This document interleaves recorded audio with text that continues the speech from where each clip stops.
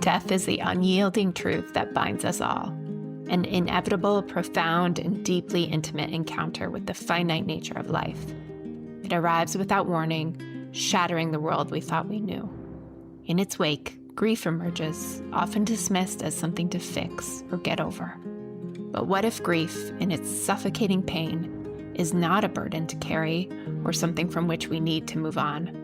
What if grief is instead a sacred invitation, an opening to feel more deeply, to connect in unimaginable ways, and to transform all that we knew to be true? I'm Laura Walton, and I'm so grateful you're here. Together, let's step into the uncharted terrain of death and grief, not as something to fear or avoid, but as a force that shapes us, breaks us, and ultimately remakes us. Let's meet it not with resistance, but with curiosity and courage. And let's do this on purpose. Welcome back to another episode of Grief on Purpose, the podcast. We are here today with a guest named Bethany Shelton, who Bethany just reached out to me over email earlier this week. I had somebody who needed to reschedule, so I had an opening in my schedule. So this call just happened very quickly and kind of evolved very quickly, but I'm very excited to talk to you today, Bethany. So thank you for being here. Oh, thank you so much for having me. I'm excited to see this conversation, see where it goes, and see how many great awarenesses we can bring out to the audience. Yeah. Can you share just a little bit, Bethany, first about who you are, where you are, what you do in your life, and maybe why you were interested in this? Yeah, well, a little bit about me is I was a single mom, and interesting enough, I started a company called Bee Limitless Now, BEE Limitless Now. And through our conversation lead up to how this all came about. But yeah, I help other grieving families find communication with their crossed over loved one, and also about energy, frequency, and vibration, and how these play a huge role in healing thyself. So yeah, that's a little bit about me. I'm in Memphis, Tennessee. Woo! Yes. Okay. Thank you. So, yeah, what's your story? How did you get into this work?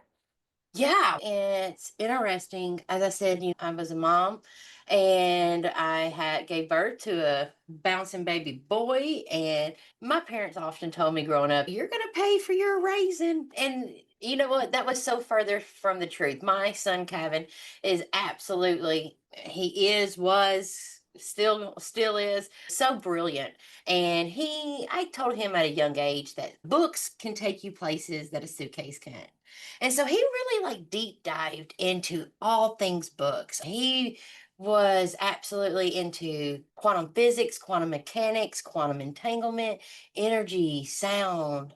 And when he graduated high school, he scored a 32 on his ACT. And I was like, wow. Well, it was interesting. The military came to him and was like, look, we've got a test that we'd like for you to take. So Cavan, of course, he was like, yay, a test. So he tested and he scored the top 1% of the top 1%. Uh, Wow. and the military came to him and said, we've got a job for you, nuclear physicist. And I said, oh, wow, Cavan, look at there. You're going to be in the bottom of an aircraft carrier.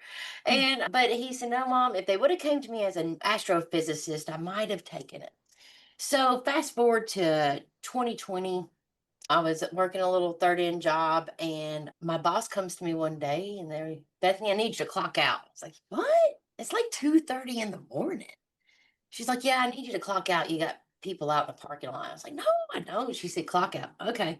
So I clock out, and Laura, I went and popped the doors to go out into the parking lot. And when I did, I saw every single one of my immediate family members staring at me. I was like, well, this is strange. So I walk up to my mom, my dad, my brother, sister-in-law, and nephew. And my mom tells me to get in the car. So I sat down, and she said, Bethany, Cavan's been killed tonight on his way to his dad's house. A driver crossed over the center line and hit him head on, killing him instantly. Mm. And Laura, every time I get to this part, it's like a lucid screen almost comes down, and I can feel all of that what I experienced in that moment. I let out a scream so loud that is so foreign to my body, and I collapsed on the floor. And in that moment, I felt like my whole world had collapsed. My heart was just shattered. And my brother drove me home, and I called my son's father, and he said, Bethany, I think it's time for you to come home. We got stuff to do. I said, yeah. So the day of the burial comes, and I'm in my son's room, Laura, and I dropped to my knees and I said, God, please, please give me some kind of sign that Cavan's okay. I'm walking away from the burial site, and it's a cloudy day. And my best friend of 36 years has my arm, and she taps me. She said, Bethany, look.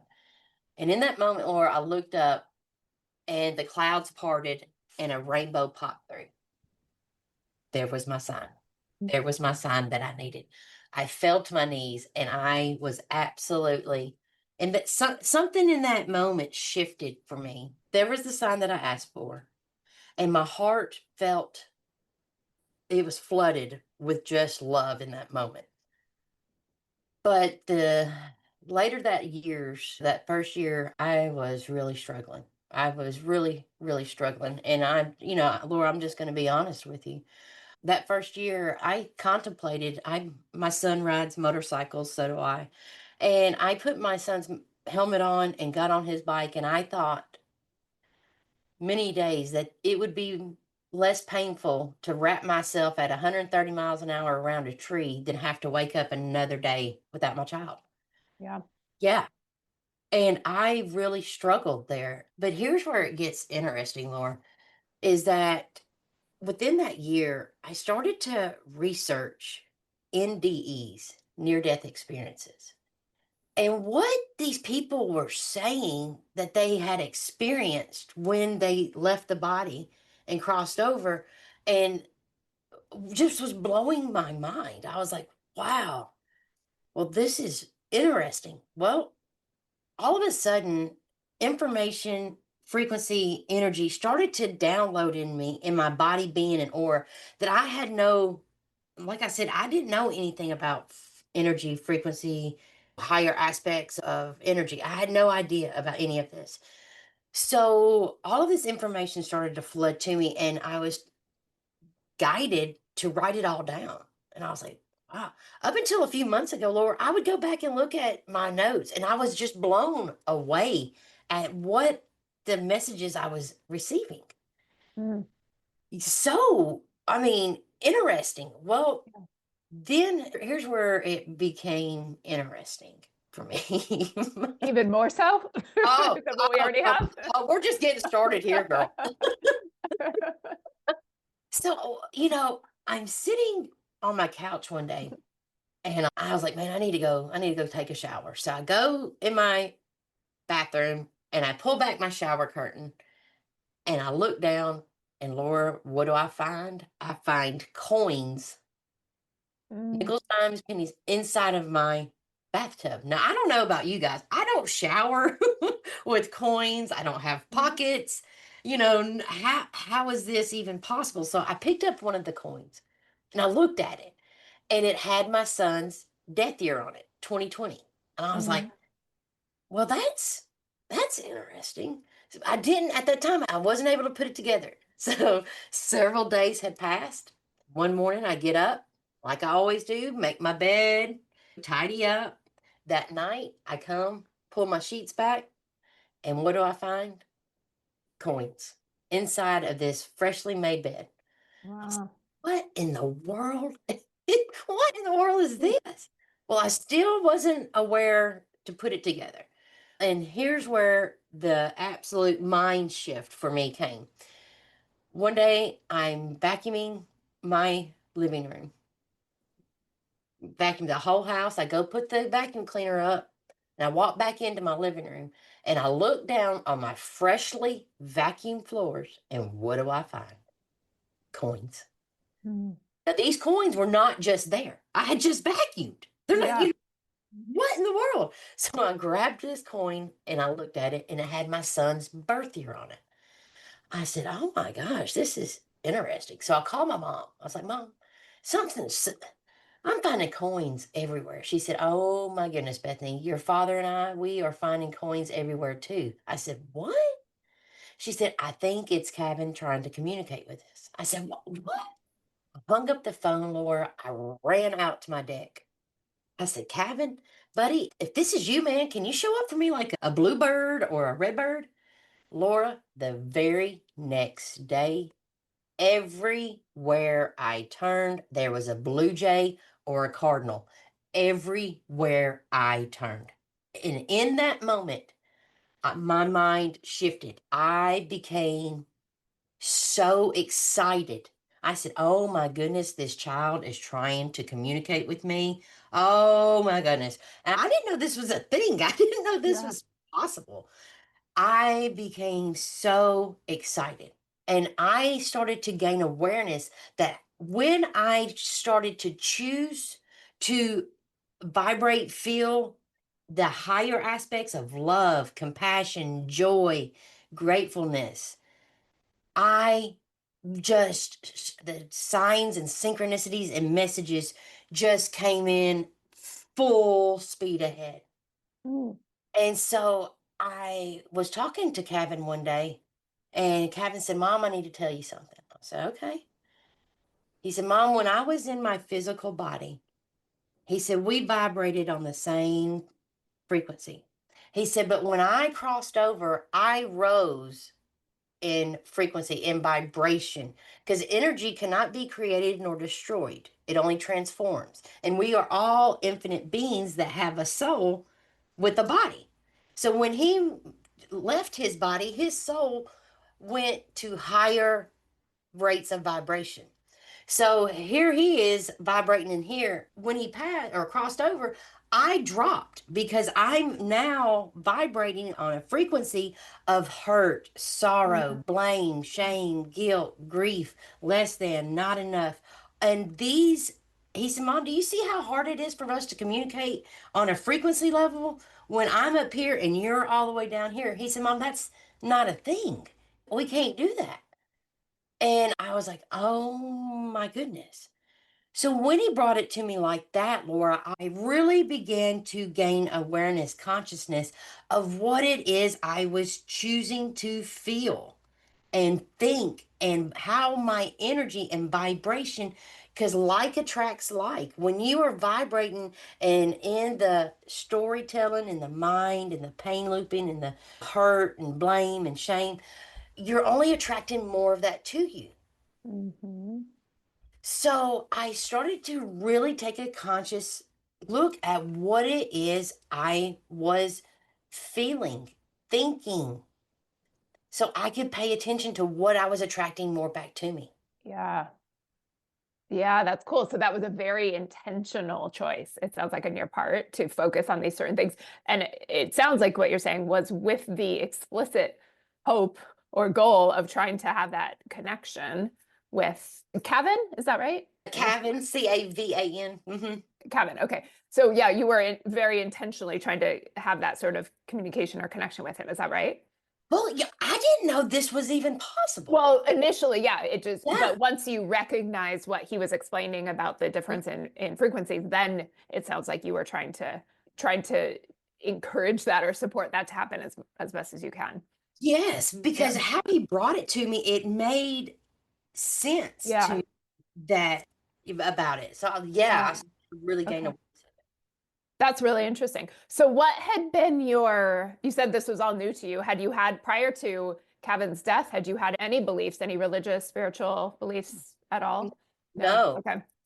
And that's what was just so amazing to me because I experienced post traumatic growth Hmm. through this experience of loss, grief, and separation. Yeah. Because I found that when I started to choose higher vibrations, higher ways of thinking, feeling, and being, that I got direct communication with him. I mean, almost instantly. Yeah. Weren't taught Yeah. that. We weren't taught that. We were only taught if you have to see it to believe it. And but is that true, or do you have to believe it to see it? Yeah. How do you do, because I get what you're saying and I think that's so cool, but I also know how heavy it can feel in grief, right? And I know that it can be really hard for a lot of people to even fathom the possibility of what you're talking about, right? So how does one who is their child died or somebody so important to them died and they're in that very, very, very heavy place of grief, how does that transition happen to whatever terminology we want to use, but like raising the vibration? Yeah. Well, yeah, okay. This is some of the things that I like help my clients with. Mhm. When you are looking at a photo, Mhm. okay, at a photo or a video, that is a frequency. Now, what I have found when you look at the photo, what do you see? Do you see loss? Do you see pain, blame, hurt? Or do you look at it and look at the smile that your Mhm. being is sharing with you? That's a frequency. The love in their heart and the joy that they are showing you in that photo. Mhm. Do you connect with that or are you connecting with the loss? Yeah, so what do you see first when What you do look you at a see photo? first? Yeah, for example. Yeah. Yeah, okay. Yeah. And for me and my clients, what I get getting them awareness of what it is you are choosing to look at. Do you see it's through time and expansion of your heart to get to that place. You're not just gonna, you know what I mean? It's not, this Yeah. isn't something that happens overnight. You know what I mean? Grief, it's a rough, it's tough.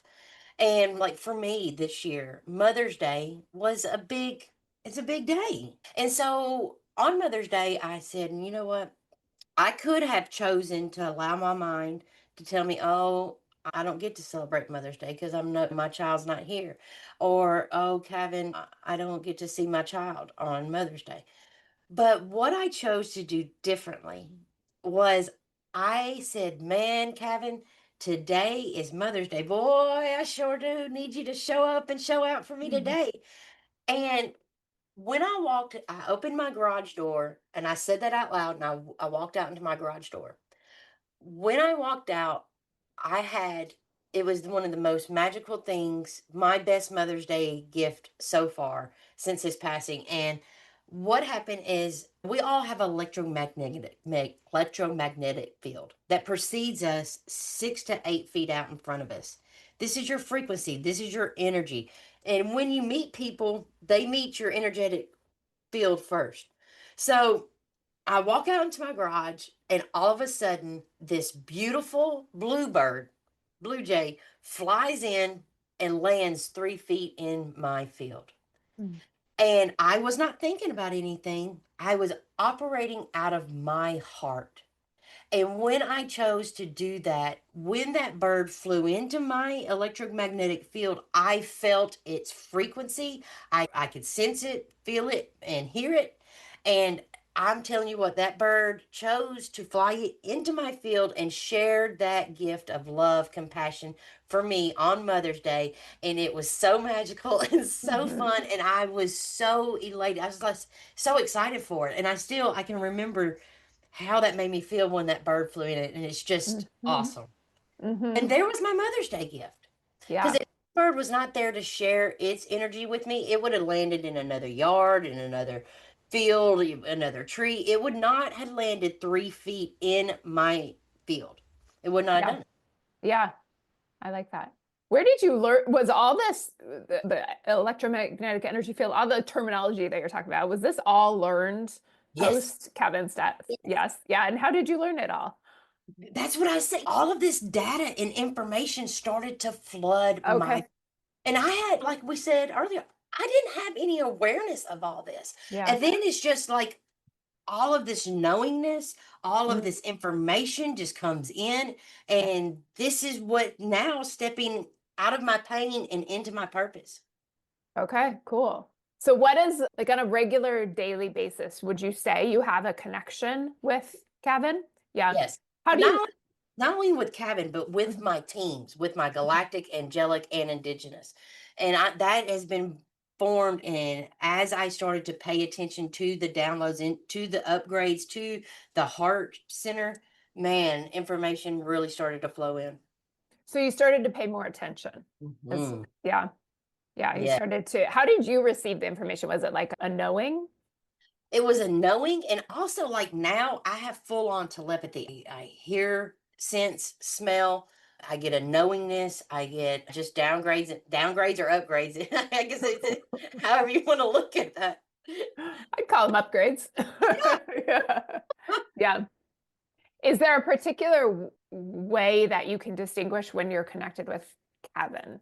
Well, here's the major awareness that when we go out into the field, which is we go to the grocery store. How many of us go to a grocery store and we're like, okay, I'm going to have a great cookout. I'm going to go to the store, get me hamburger, meat, all this stuff. And you're totally excited, nothing bothers you. But when you get into the store, you have to shimmy and shake next to all these beings. And then before you know it, you are absolutely thinking about stuff that you were not thinking about before you went in the store. You had no awareness of. Then you're storytelling and spinning Mhm. out, and then you're frustrated and aggravated. What if I told you that we all, like I said before, we had the electromagnetic field, and when we go into these stores, our fields are bumping up to all these beings. And I mean, we don't know who we could have bumped up to negative Nancy or Trainwreck Thomas. And what do you think that energetic residue comes into your field? And how did that happen? When we go out into the collective. And we weren't taught Mhm. any of this. We No. have no awareness of energetic cleansing and our frequency and vibration and how other beings interact with our fields. Mhm. Yeah.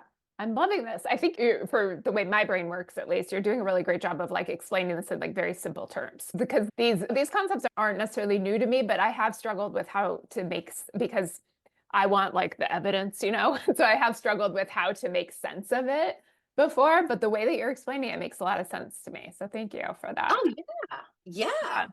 Awesome. Yeah. So these days you've established this pretty solid connection, continued connection with Cavan and others, it sounds like. And now you help other people to be able to do that. Is that right? Yes. Yeah. And one of the major, for all your audience members, if for you to get into your own frequency, your own vibration, I'm going to share a huge tool how to do that. So, Yep. like when you go to the grocery store and you feeling anxiety and all this stuff, when you get back into your car, take a big deep breath in and say, any energy that is not of my most benevolent outcome must move in all 7 trillion miles in all directions and then out on three and it leaves 1, 2, 3, and then blow out. And by universal law, any energy that is not of your most benevolent outcome has to move. Has to. Okay. And can you feel that shift happen in you? Yes. Mm-hmm. Yeah. Yes. Yeah. Yeah. And when I'm working with my clients, that's the first thing that we do. We clear the field, we clear the energetic space. And at that time, I'm able to call in my teams and their teams will connect. And then I'll get the downloads and what we're going to do for the day. Okay. Cool.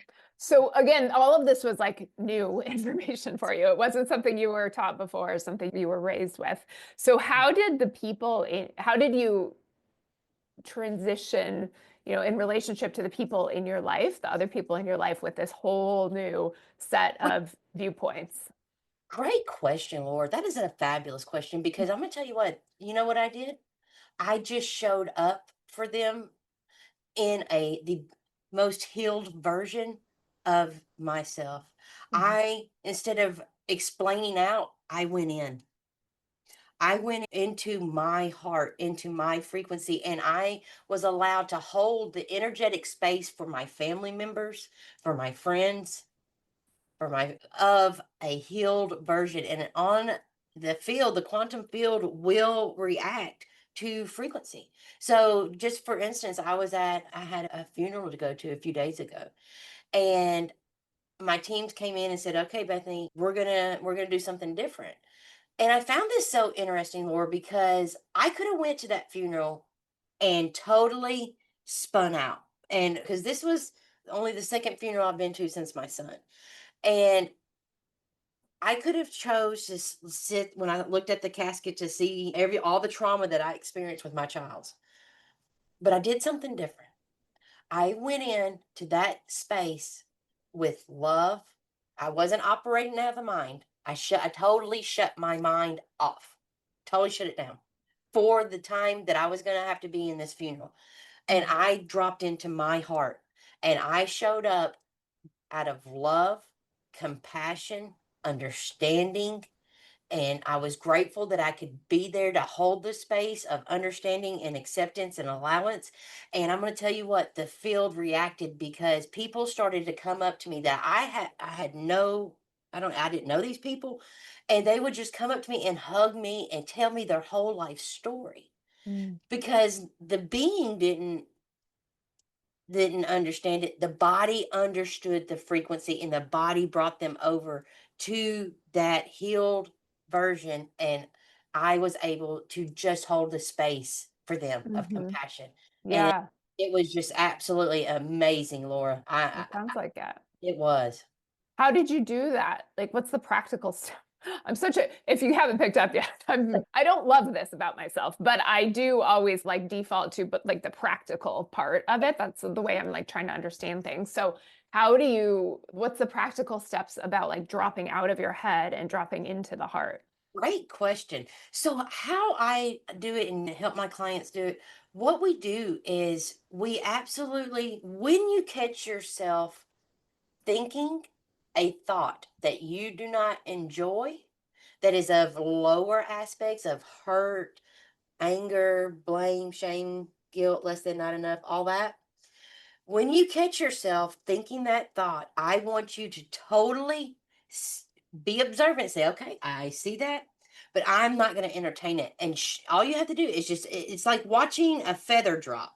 Just imagine a feather coming out of your mind and floating down. And when that happens, I want you to just totally take your hands and put them over your heart and just breathe and drop into the heart and feel the love that you have for yourself. Mm. Feel the love and feel that frequency because that has a vibration. That has a Yeah. vibration. And like right here, I show my clients, I don't know if you can see, my background. It's a emotional frequency chart. And I Hmm. get my clients to, we get this printed off for them and I have a little card that I give them. And throughout the day, I get them to journal and take awareness, take notice of what it is that they're thinking. Is it of sorrow? Because on sorrow, on a frequency bandwidth, sorrow vibrates at 50 hertz.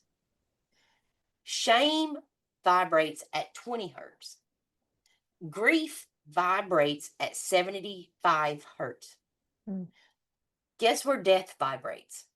Death vibrates at 0 hertz. So when you are operating and thinking thoughts of sorrow, sadness, grief, you are vibrating on a scale right next to death. Mm. And you are constricting and restricting in on yourself so the body experiences fight or flight. You're not in rest and repair. Your body is literally fighting for its life because Yeah. you are vibrating right next to death. Hmm. Hmm. Yeah. Yeah. And I mean, that's big. But gaining an awareness of what it is you're thinking and choosing for yourself, because we've just been taught to just think, get the right answer, be a good Hmm. human, stay in the brain. We have several bodies. We have a mental body, an emotional body, a physical body, a spiritual body, a light body, and an etherical body. When you're operating only on a mental plane, and you've got so many other planes of existence that are operating. But Hmm. when we are only in the mind, we are absolutely constricting and restricting in on ourselves because the heart is 5,000 times stronger magnetically and 60 times stronger electrically than the brain. So your heart is your powerhouse. That is your powerhouse. And we've been taught not to use it, to only stay Hmm. in the mind. Yeah, I know. It does blow my mind when I think about the limited amount of things that we've been taught and how we just attach so much to those as being absolutes. Well, and this is another awareness that my teams brought into me, that would it be safe to say that we were taught grief?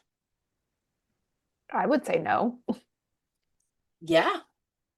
You know, how did we learn that's what we do when we have a crossed over loved one pass? Hmm. Hmm.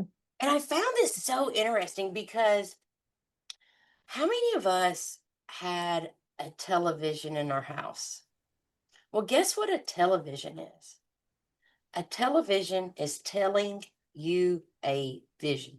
And guess what children from the ages of 0 to 7 operate on theta brainwaves? Now, theta brainwaves is the same brave wavelength as hypnosis.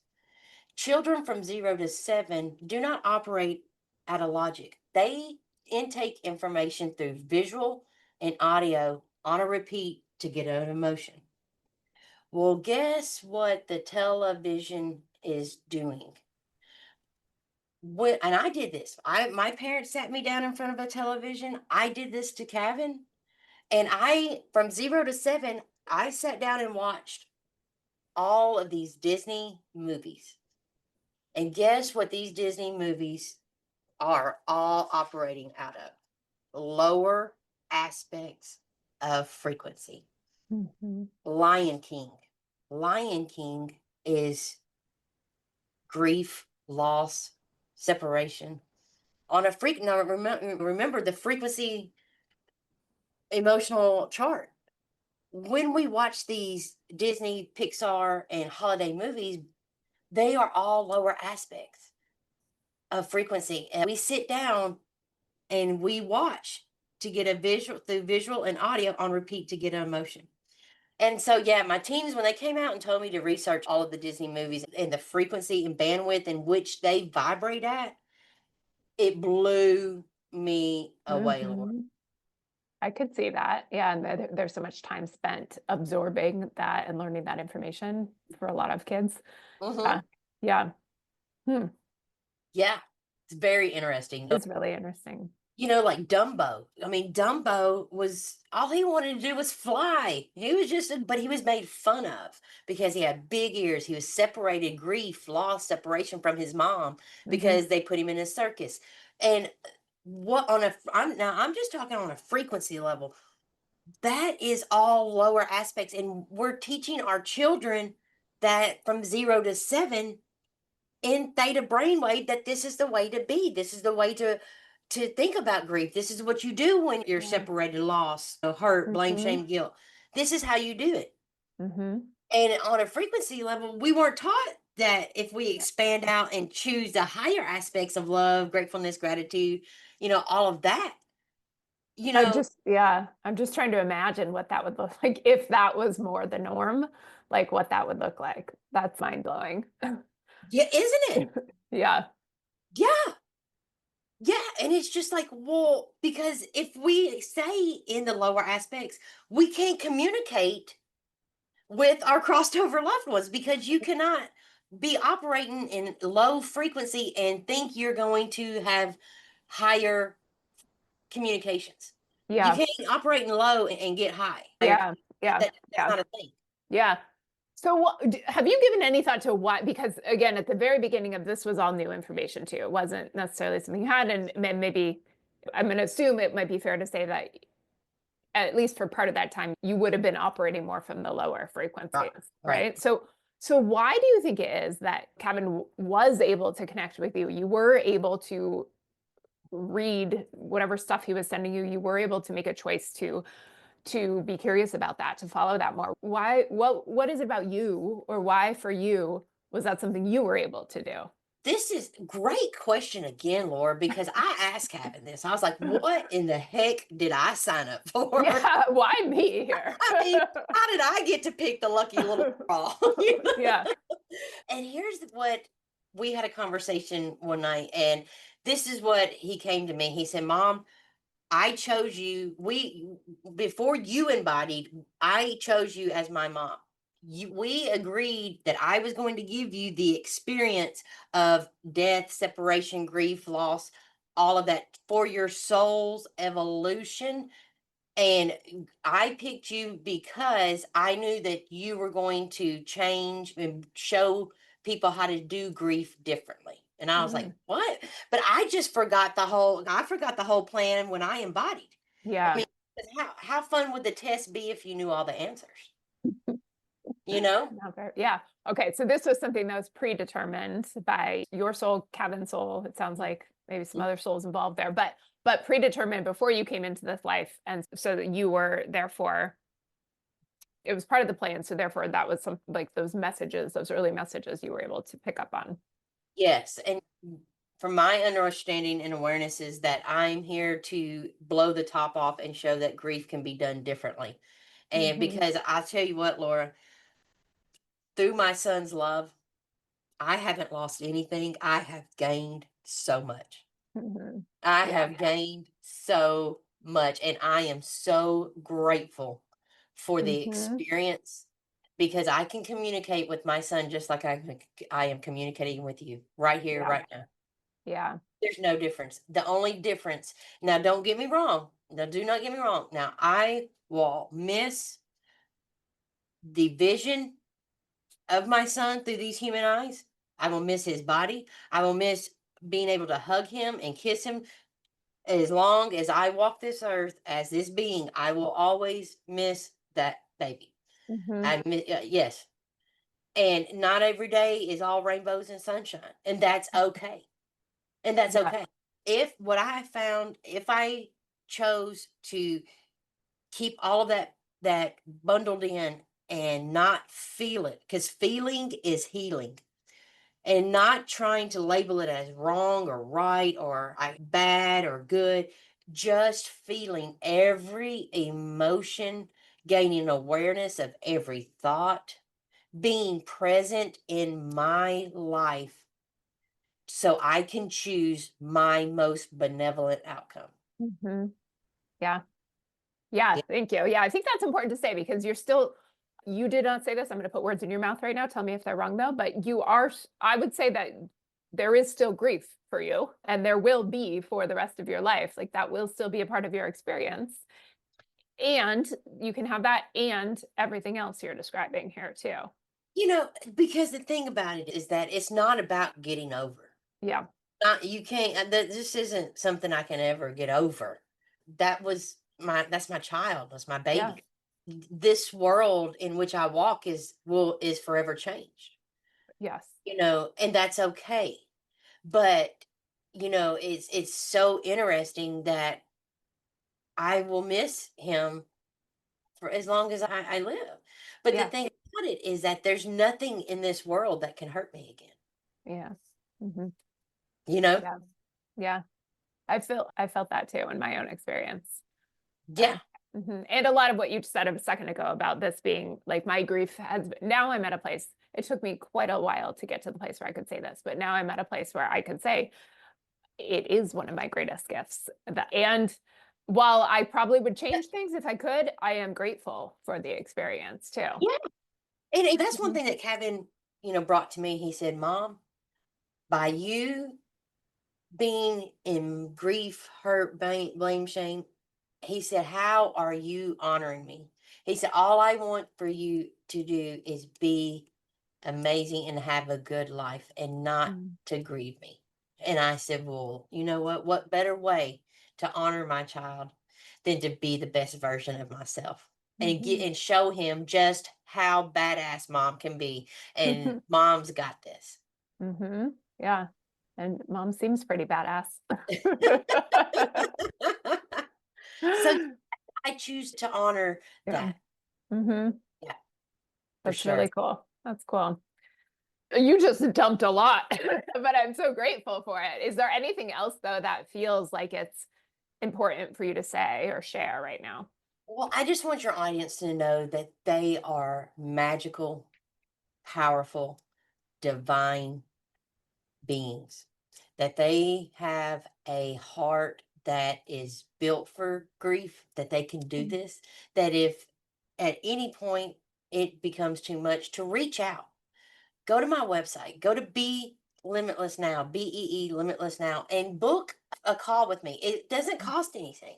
Let's Mm. go in and let's look on an energetic level what we have in your field. Let's clear out some of that stuff so another possibility can come in. Mhm. Because Yeah. if you're operating on, now I'm just talking about on an energetic level. If you are operating with your field already full of stuff and your cup is already full, and we go to try to put, work together, that's not going to work if your cup's already full of Mhm. energetic residue, goop, gunk, and stuff. So we go in and pull out in all space, place, time, dimension, density, reality, parallel reality, omniverse, multiverse, universe. Oh, whoa, whoa.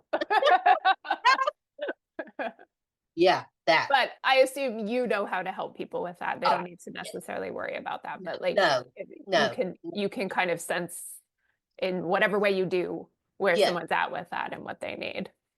And it's interesting because I can see people's electromagnetic field. I can see the field, I can see the aura, I can see what's in there, blocks and stops, what I Mhm. call corded links, tethers that keep us in all space, place, time, and dimension. So yeah, Mm. Hmm. pretty I'm interesting. I'm so interested in this stuff. So I would have loved to have found you 20 years ago. I wish I found you 20 years ago. But I'm so glad that you are doing what you're doing, the work that you are doing, and that probably by, I was going to say by some crazy thing, but it's not some crazy thing, probably by Cavan, or someone on my team. We were connected, so I'm Yeah, grateful for that. I am so grateful for that too. And Mhm. you know, my teams are saying right now, there's so many beings that are trying to communicate with their loved ones, but they are unaware of the connection. They are, because they are thinking that the only way they can communicate with their loved ones is the way they did when they were in human form, and that's not a thing. Yeah, it's not. They're not in human form. They're not in. So yes, yes, But yeah. they want to communicate, they in ways that will blow, just for me, blew me out of the water. I had no idea this was possible. Hmm. Yeah, So there is a lot of communication that they are trying to give, but people are just unaware, or they think it's a coincidence, or yeah. they try to play it off like, this couldn't be, they get in the mind. And Hmm. really, if you drop into your heart will lead you. That is your powerhouse, baby, the heart. Hmm. Yeah. And it does not lie. Hmm. That's Yeah, true. as you said, yeah, it is so different from everything that we're taught, for most of us at least, what we're taught, maybe even what we like label as being like normal or acceptable or okay or whatever terminology we want to use. Yeah. Yeah. Um, yeah. For Yeah. me, in my earliest days of this, it came down to a choice. Like, despite whatever anybody else might say about this, me choosing to believe these things makes my life, it makes my grief easier than the alternative, choosing not to. Exactly. And so that's how those were my first steps down this path of just choosing to believe. So, And that's the thing. Do you have to believe it to see it, or see it to believe it? mhm, back to that question. Yes. Yeah. Yes. So, yes. Wow. What a great conversation we've had today. Yeah. Yeah. Thank you so much. For sure. For One sure. more time, what is your website? BEE, Be Limitless Now. And go over there, and also they can click on my website. I've Mhm. got a free gift. It's a 7-day journal, transmuting your pain into purpose. And my teams gave me this. It's really amazing. Go check it out. Get on my email list. I am always on different podcasts. I have, like last night, I hosted a free live energy clearing on Eventbrite. So I'm always Mm. doing stuff. And yeah, what better way to receive the information than to hop on the email list? Yeah. Yeah. Cool. All right. Well, Bethany, thank you so much for being here today. Thank you. Thank you so Mhm. much. Thank you for being here with me, Laura Walton, and my incredible guest on Grief on Purpose. Your presence is a gift, and I'm so grateful you're walking this path with us. For more connection and resources, you'll find everything you need in the show description. To my guests, thank you for sharing your person with us today. It is truly an honor to know your story. I'm your host, Laura Walton. Until next time, be kind to yourself and remember you're not alone in your grief. We are here on purpose.